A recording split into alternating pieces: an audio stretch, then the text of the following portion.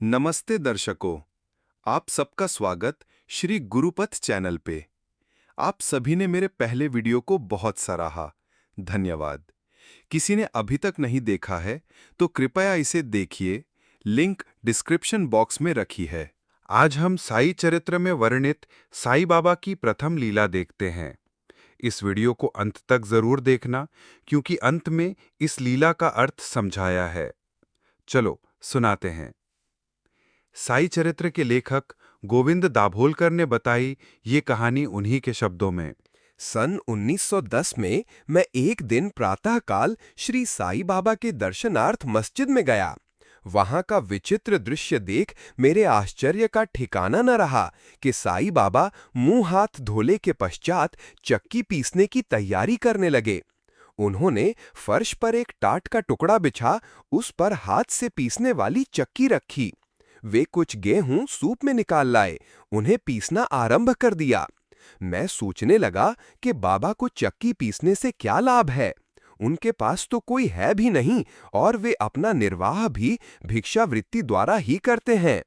बाबा के चक्की पीसने का समाचार शीघ्र ही सारे गांव में फैल गया और उनकी ये विचित्र लीला देखने के हेतु तत्काल ही नर नारियों की भीड़ मस्जिद की ओर दौड़ पड़ी।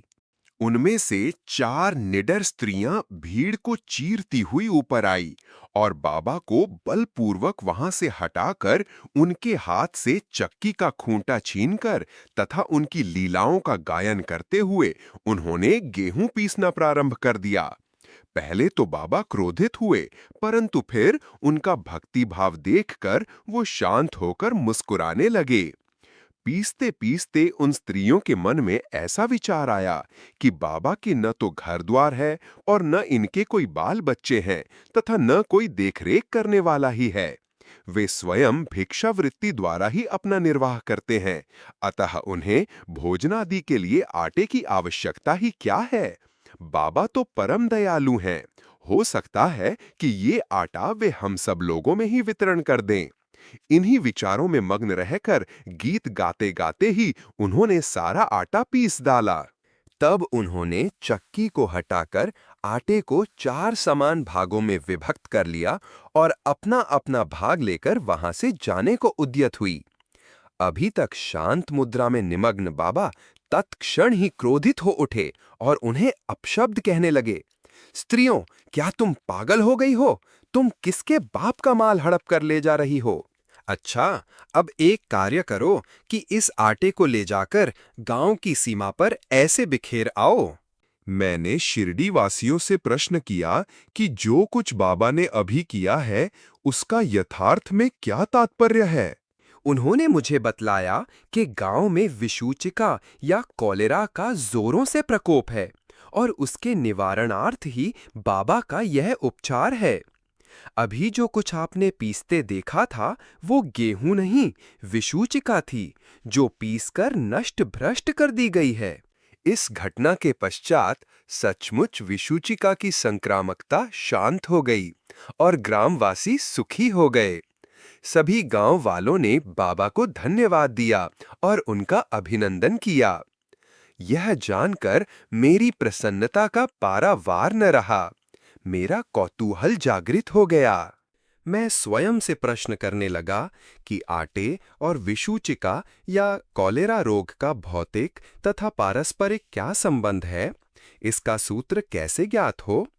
तो दोस्तों, इस कहानी के बारे में आप क्या सोचते हैं? यहाँ बाबा क्या आध्यात्मिक अर्थ बताना चाहते हैं? तो दोस्तों, आटा पीसने का अर्थ ये है, वास्तव में बाबा शिरडी में 60 वर्षों तक रहे और इस दीर्घ काल में उन्होंने आटा पीसने का कार्य प्रायः प्रतिदिन ही किया।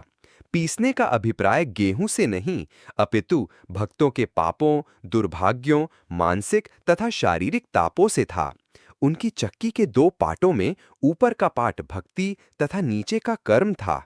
चक्की का मुठिया जिससे कि वे पीसते थे वह था ज्ञान।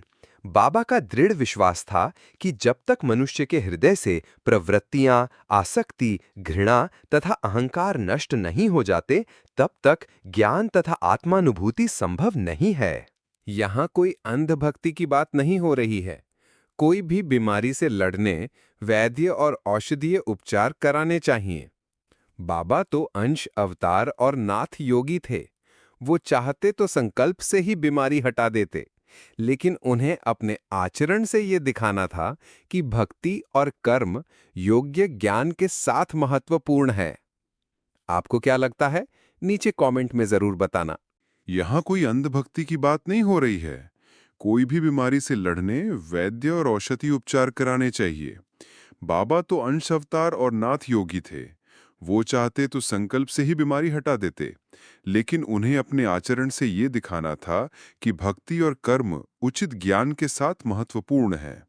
आपको क्या लगता है? नीचे कमेंट में जरूर बताना।